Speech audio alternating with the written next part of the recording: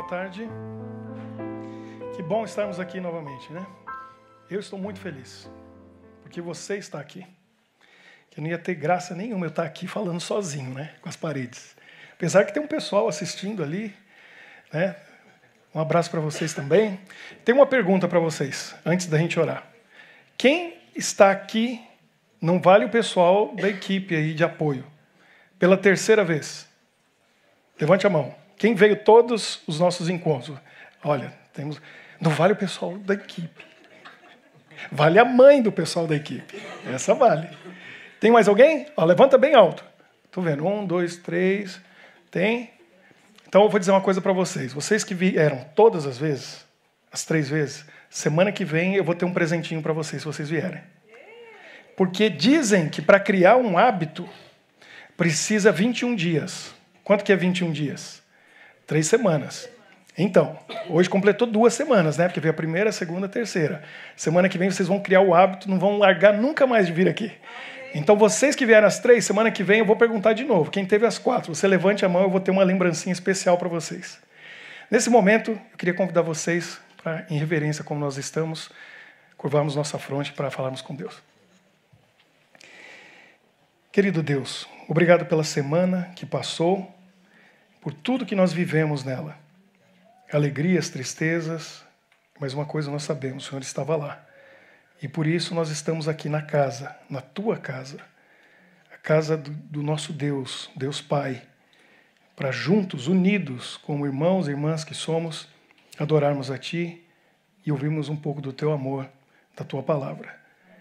Nós pedimos a Tua presença no nosso coração, em nome de Jesus. Amém. Bom, nós estamos numa série, deixa eu ver se nós podemos ver a imagem ali, chamada Ponto de Vista. É o ponto de vista, a nossa visão do nosso refúgio. Então, esses que vieram e acompanharam, já viram 2 delas, que foi a visão turva e visão oblíqua. Hoje, visão dupla.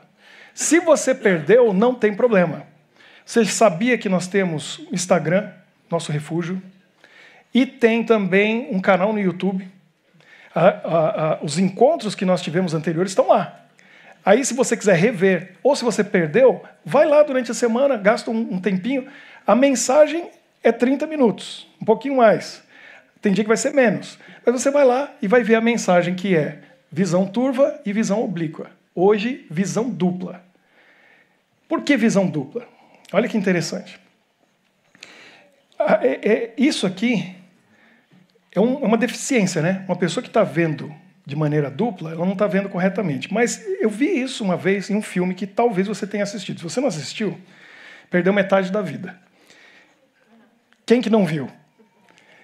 Robin Williams, talvez um dos maiores comediantes, fez esse papel do Patch Adams, que é uma história verídica. Esse médico realmente existe, a clínica dele, o hospital que ele criou lá em, acho que é West Virginia, é uma história real e é fantástica. Um médico que mudou o conceito da medicina, o relacionamento médico-paciente que tinha que ser distante, né, que não podia realmente ter proximidade, era uma coisa muito formal. Ele transformou em algo humano. E o Robin Williams, claro, faz uma coisa fantástica nesse filme, mostrando a história do Patch Adams. Agora, no começo da história, o Patch, que se tornou esse médico, ele está com alguns problemas. E ele mesmo se interna numa clínica de loucos. Pessoas com problemas psicológicos, médicos, psiquiatras estão lá atendendo, e ele vai de livre e espontânea vontade, ele se interna lá. E é interessante que tem um paciente que é um mega milionário, que está ali também recebendo os tratamentos e parece louco. Porque ele passa por todo mundo e ele coloca os dedos assim e ele pergunta, quantos dedos você vê? Quantos dedos você vê? E as pessoas dizem, 4, 4, 4, e ele sai assim. Aí você fica vendo aquilo, né? E de novo, o personagem, o Patch, ele vê, novamente ele chega para alguém, quantos dedos? Quantos dedos você vê? Aí a pessoa, 4, 4, resposta errada, resposta errada. Que 4? Você não sabe de nada. Aí ele fica curioso, até que eles fazem amizade, e aí finalmente ele pergunta, qual que é a resposta? Qual que é a resposta? Se não é 4, eu quero saber. E aí ele fala, e eu vou falar para você fazer essa experiência agora. Não dá para os dois aí fazerem ao mesmo tempo, mas olha para a pessoa que está do seu lado, se tem alguém. Agora você coloca os seus dedos, 4 assim, ó, entre você e ela. O que aquele amigo do Pat falou para ele foi o seguinte: quantos dedos tem? E ele fala 4. Ele falou, você tem que olhar para além do problema. Olha para mim. Coloca o dedo na frente do rosto da pessoa e olha para a pessoa. Não olha para os dedos, olha para a pessoa. Se estiver muito pertinho, você tem que dar uma distância de 1 palmo aí, pelo menos. Você está vendo o que acontece? O que acontece? Os 4 dedos viram 8. Aí ele fala, quantos você está vendo? Não olha para os dedos, olha para mim. Aí quando ele olha para lá, ele vê 8. Ele falou, essa é a resposta certa. Quando ele estava tentando descobrir alguém que conseguisse enxergar além do que está diante dos olhos. E essa é uma lição muito bonita para a gente poder entender. Que é o seguinte, enquanto a gente está olhando para os problemas, enquanto a gente está olhando para aquilo que está diante da gente, a gente vai ter uma visão limitada das coisas. Quando você olha para a pessoa que está além, a pessoa que está atrás, as coisas se multiplicam. Não são 4, são 8. Então essa é a visão dupla. Uma visão que aparentemente está fora de foco, mas você está vendo em dobro porque você está vendo além. Olha que é muito parecido com aquilo que a gente já viu nos outros 2 encontros. Tudo depende da visão que a gente tem. Agora eu vou contar para vocês uma história que... eu sou contador de histórias, né? Então se prepare, que a gente vai ouvir muita história, mas são histórias interessantes. E eu escrevo histórias também, tem gente aí que já... Né, Gabriel? Cadê o Henrique? Gostaram das histórias, né? Já até contei as novidades aí. É uma coisa natural do ser humano. A criança, ela gosta de ouvir história. Antes de dormir, a Bíblia é um livro de histórias e Deus se revela através da história. História com H, história com E, né? História que a gente conta e na história. Mas eu vou contar para vocês agora, talvez, uma das histórias mais incríveis que você já ouviu na sua vida. Que eu já ouvi milhares. E essa eu achei uma das mais incríveis. Incríveis mesmo. Olha só, lá nos Estados Unidos, em 1980, estou vendo aqui quem já tinha nascido. Tem um grupo aqui que 1980 é século passado, né? 42 anos atrás, 43, né? Anos atrás. Você já tinha, né, Ademir? Nós temos a mesma idade, então eu sei. Então, lá em 1980, um rapaz chamado Robert, o pessoal chamava ele de Bob, ele foi para a faculdade. Quando ele chegou na faculdade, a faculdade tinha um dormitório, né? E ele estava chegando no dia o primeiro dia de aula. Ele chegou ali pela primeira vez, e estava aquele pessoal todo na frente da faculdade. E começaram a cumprimentar ele. Parecia que todo mundo conhecia ele. Ele foi andando e o pessoal vinha, que legal que você está aqui, abraçava ele. Vinha outra pessoa, cara, que legal, a gente precisa jogar junto. E ele falou, que lugar fantástico.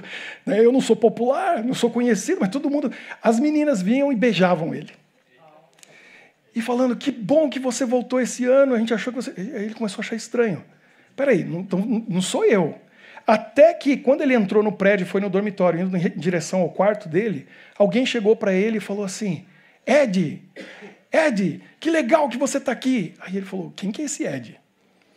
E todo mundo me abraçando, me cumprimentando. Aí ele foi para o quarto. Quando ele entrou no quarto, chegou um rapaz que olhou para ele e falou, cara, você é a cara do Ed. Mas ele era o Bob.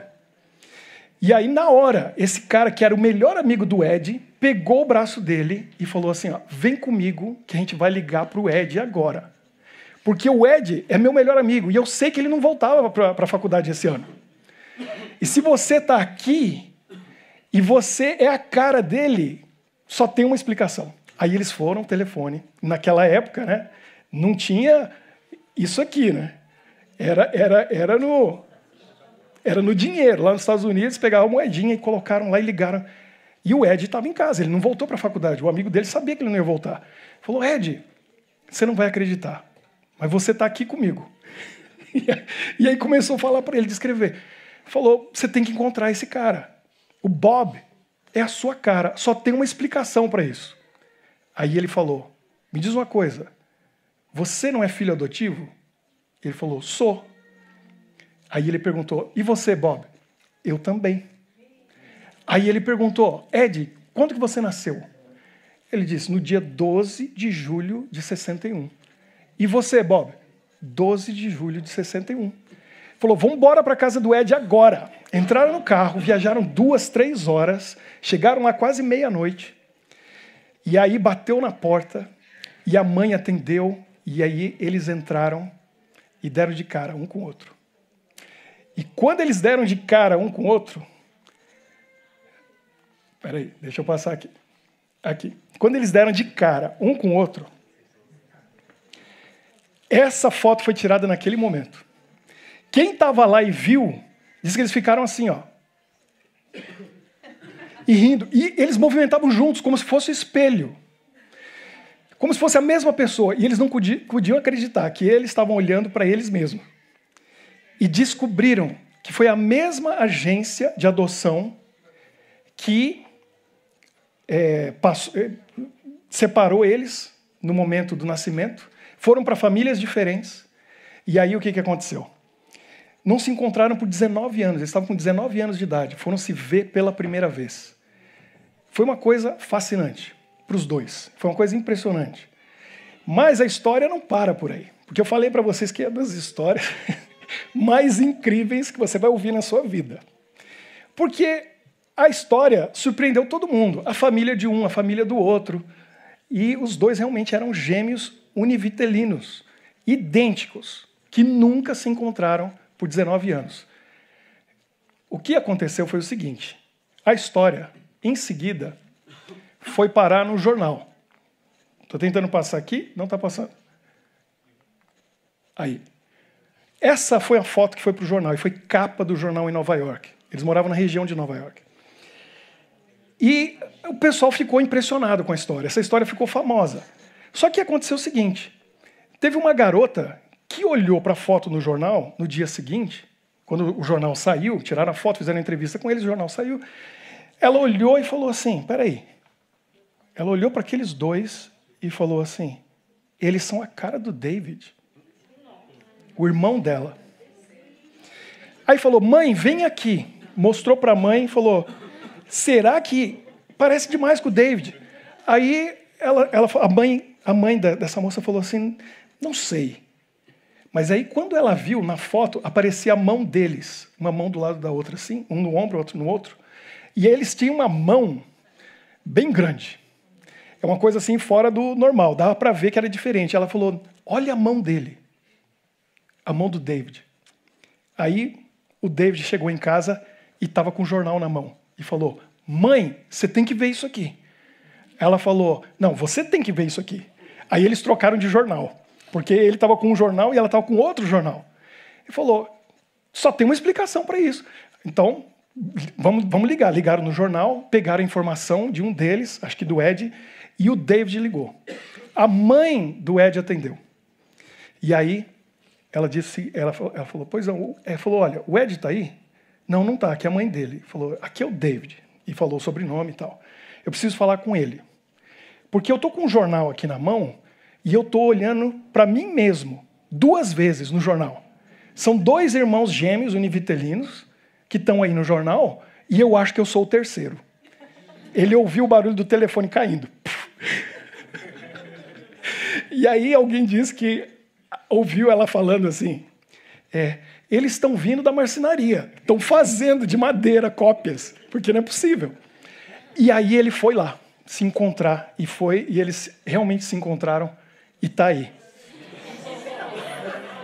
Eram trigêmeos idênticos, que por 19 anos não se viram. Eles foram separados no nascimento, 3 famílias diferentes, e com 19 anos de idade eles se reencontraram. Foi a coisa mais incrível, diz a tia do Ed, que eles foram para a casa do Ed, e aí o David e o Bob foram lá, quando eles se encontraram juntos pela primeira vez. Eles começaram a olhar um para o outro, e riam, e brincavam, e ela falou, eles passaram 1, 2 horas ali, e daqui a pouco eles estavam brincando e rolando no tapete da sala. E ela falou, foi a coisa mais linda de ver. Porque ela falou, você não encontra um estranho no primeiro dia, no primeiro encontro, e brinca com ele e rola no tapete da sala. Mas para eles, a felicidade era tão grande de olhar um para o outro e saber Que coisa incrível que foi isso. Eles se tornaram super famosos, conhecidos nos Estados Unidos, foram entrevistados em todos os canais de televisão, essa história se tornou famosíssima. Chegou ao ponto de que um dia uma moça estava em Nova York, viu eles na rua, parou o carro, ela tinha um motorista, ela mandou parar, ela saiu, foi falar com eles e falou assim, vocês são os trigêmeos? E eles falaram, sim, somos nós. Vocês têm que estar no meu próximo filme. Vocês têm que estar no meu filme. Vocês vão participar do meu filme? Ele falou, não, tá bom, a gente vai. E eles participaram do filme dela. Aí, sabe quem é aquela ali? Madonna. A Madonna tem esse filme que foi feito ali no começo dos anos 80 e ela convidou eles para participar. E a cena é hilária. Ela sai de um carro, ela vem na calçada, os três estão ali, um do lado do outro, ela para, olha para eles, os três olham para ela vai entrando assim. E é uma cena inesquecível, né? Porque os três, uma cópia perfeita ali, ela colocou eles no filme dela. E eles aproveitaram aquele momento e todo mundo queria conhecer eles, então eles abriram um restaurante em Nova York chamado Trigêmeos. Três irmãos, era triplets, trigêmeos. Todo mundo ia lá, era cheio toda noite, o pessoal queria tirar foto com eles, conhecer eles, e era uma festa. Resultado, no final daquele ano, eles fizeram o que hoje é o equivalente a $1.200.000 para cada um. Em um ano, o restaurante aberto. Então foi uma coisa assim, tudo muito positivo, tudo muito legal. Mas ninguém tinha pensado no lado negativo disso tudo. Só quem pensou nisso foram os pais, que ficaram revoltados. Eles ficaram muito, muito revoltados com a situação, porque nunca a agência de adoção contou para eles que eram 3. E aí eles vieram com as desculpas, dizendo assim, não, era impossível conseguir uma casa que fosse aceitar os 3. E todos eles disseram, se a gente soubesse que eram 3, a gente ia pegar os 3. Por que vocês nunca contaram para a gente? E aqui vem algo triste nessa história. Por quê? Porque eles separaram intencionalmente, não contaram para ninguém. E tinha muita coincidência na história, para ser verdade. Quando eles conversavam, e aí tá aí fotos deles na infância, e a gente vê que eles são iguaizinhos, né? Eles estavam assim, um foi colocado com uma família de classe baixa, um foi colocado numa família de classe média e outro numa família rica. Um estava numa família, o Ed estava numa família que o pai era médico e a mãe advogada. O David estava numa família que o pai era professor e o outro estava numa família que tinha uma lojinha pequena. Olha que coincidência, os 3 tinham uma irmã adotiva, que quando eles estavam com 19, ela estava com 21. E tem até uma foto deles, os 3, com a irmã adotiva de 21 anos de idade. Tem coisa que é coincidência demais para ser só coincidência. E aí, como a história ficou famosa e conhecida, um advogado de um estado mais ao sul, da Virgínia, estava fazendo, um jornalista, estava fazendo um estudo, uma pesquisa sobre gêmeos separados no nascimento. E ele entrou em contato com os pais deles e explicou, e falou, olha, eu descobri que estava sendo feito um estudo que intencionalmente estava separando esses gêmeos univitelinos e depois eram acompanhados. E aí eles começaram a relatar que realmente, quando eles foram recebidos, foi feito um acordo de que médicos iriam visitar periodicamente para fazer testes com as crianças, para poder ver o desenvolvimento de uma criança adotada. Foi isso que eles falaram. E, na realidade, era um estudo que estava sendo feito para poder ver intencionalmente como que reagia uma criança univitelina separada do seu irmão gêmeo. E o caso deles era muito especial, porque eram 3. Toda a infância eles estavam fazendo isso, e foi feito de propósito. Quando eles tinham ido, os pais tinham ido lá nessa agência de adoção, no momento que eles saíram, conversaram com eles, um dos pais esqueceu o guarda-chuva dentro, e ele voltou para pegar. E quando ele voltou, ele viu 2 médicos e 2 médicas estavam comemorando com champanhe. E ele entendeu. Eles estavam comemorando porque pensaram, a gente conseguiu enrolar eles, deu tudo certo, e a gente não vai ser processado nisso tudo. E aí que eles resolveram entrar na justiça, mas acabaram não conseguindo fazer nada a respeito. E até hoje eles estavam lutando para ver o resultado desse estudo, dessa pesquisa, para saber se houve alguma influência. 2 deles contaram que quando eles eram bebês, Um deles batia a cabeça na parede, batia a cabeça na parede até desmaiar. O outro no berço, batia a cabeça no berço. Eles estavam com ansiedade por causa da separação. Agora vamos pensar. O que isso quer dizer? Olha só. Eles vieram, os três, do mesmo óvulo. Estamos falando de unidade hoje. Tem unidade maior do que essa? Os três eram um. Os três eram um, que se dividiu e virou três.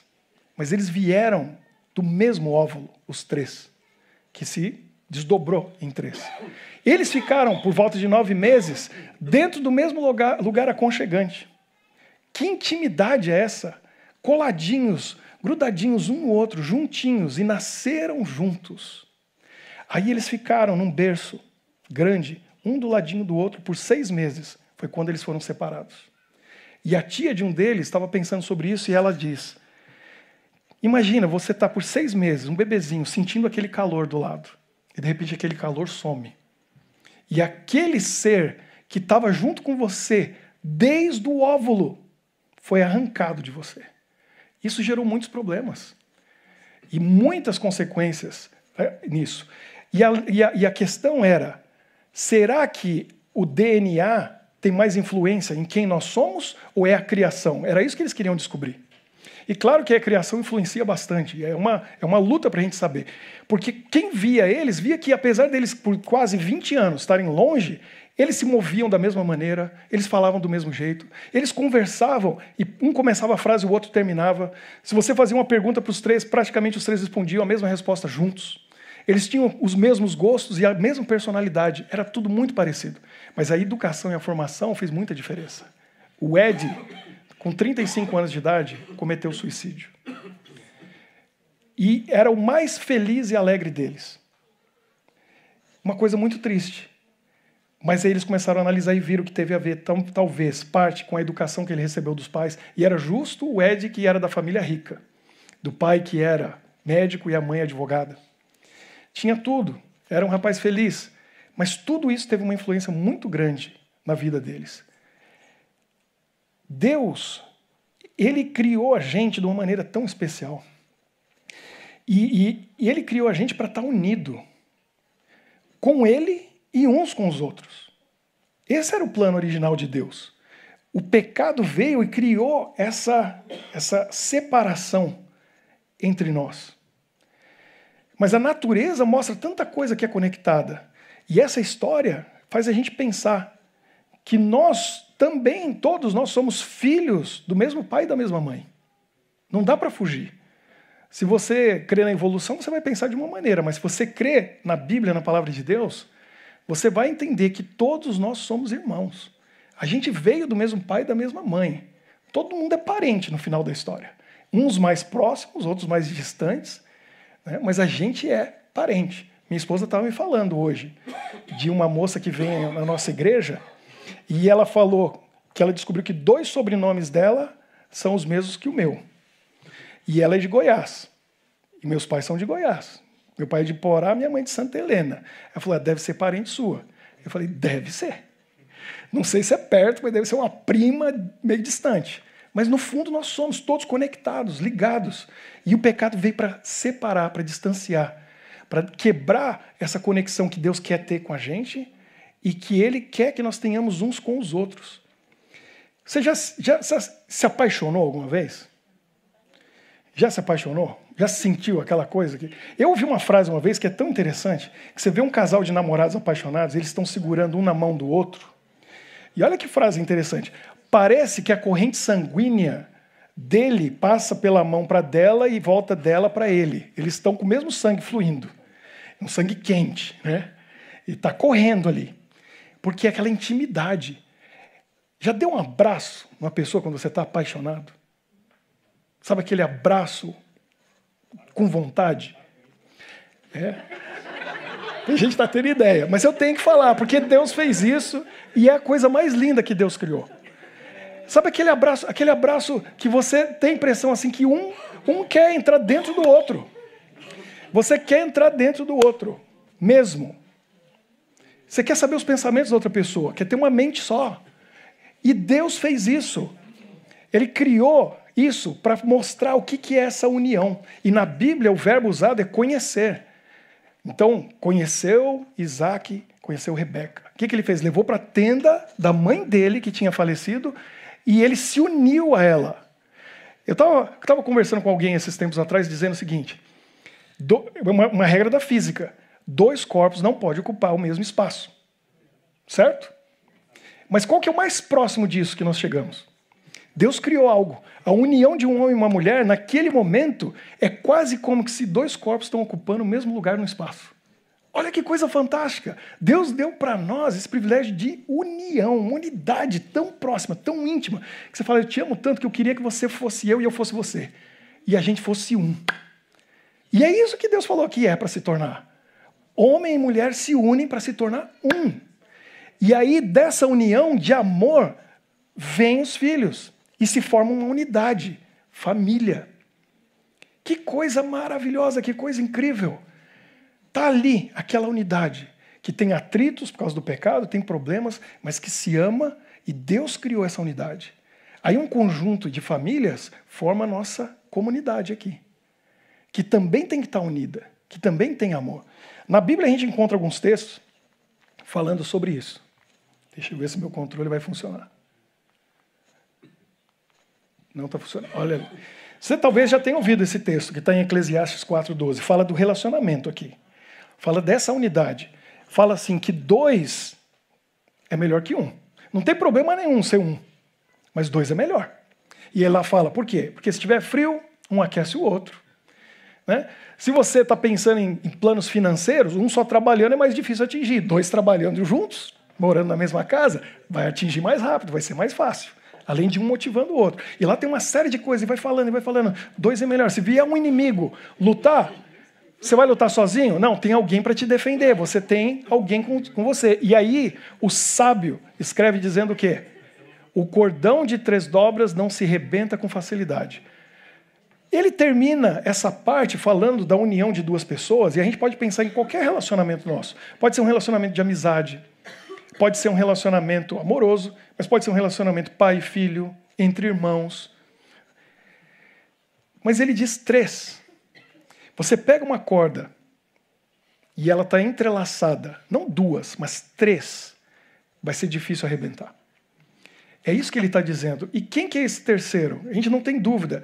É a relação nossa com a outra pessoa e Deus quer fazer parte dessa relação.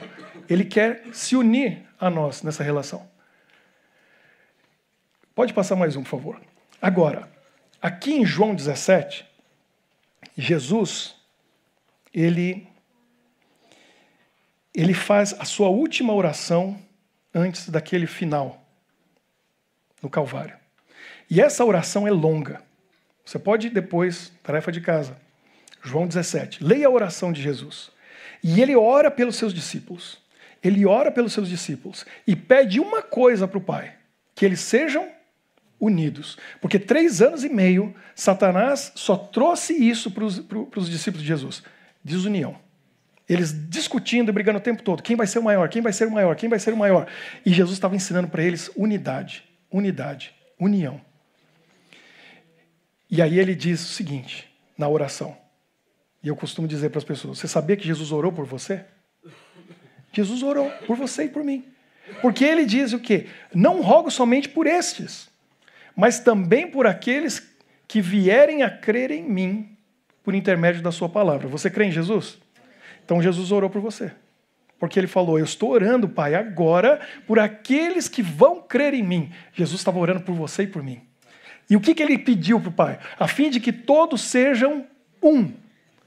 E como tu, ó Pai, em mim e eu em ti, também sejam eles em nós, para que o mundo creia que tu me enviaste. Como que o mundo vai crer que o Pai enviou Jesus na terra? Quando o mundo vê pessoas unidas, de verdade, que se amam, apesar das diferenças, dos problemas, das dificuldades, apesar do pecado. Quando as pessoas virem pessoas que foram criadas em famílias diferentes, com culturas diferentes, com gostos diferentes, mas que convivem em harmonia e amor, tem alguma coisa especial aí. Isso é diferente. Tem amor verdadeiro. realmente Jesus está aí, presente. E é isso que Jesus queria, só isso. Ele queria isso para nós, essa unidade, essa amizade, essa conexão, esse amor verdadeiro, aceitação, apesar das diferenças, das dificuldades que nós temos. Deus criou a gente do mesmo óvulo. Todos nós viemos lá com Adão e Eva. E dali foi se multiplicando. Filhos, netos, bisnetos, tarataranetos. Depois fez um funil de novo com Noé. Que também a gente não escapa dessa. Se você acredita na Bíblia, também todos nós somos descendentes de Noé. Veio dali. No fundo, nossa matéria, olha, isso aqui que você tem, células, trilhões de células no seu corpo. As minhas e as suas vieram do mesmo lugar. A gente é feito da mesma matéria. A gente é a mesma coisa. A gente é igual, apesar de ser diferente. Então por que eu não vou amar você? Porque se eu não amo você, eu não estou amando a mim mesmo. Aí você lembra alguma coisa que Jesus ensinou? Amarás ao Senhor teu Deus, todo o coração, de toda a alma, de toda a força, e também ao teu próximo como a ti mesmo. Você tem que amar o teu próximo. Porque se você ama o teu próximo, você está amando você mesmo, porque ele é parte de você. E por isso que Jesus falou, ame o seu inimigo. Porque ele também é parte de você. Deseja o bem para as pessoas.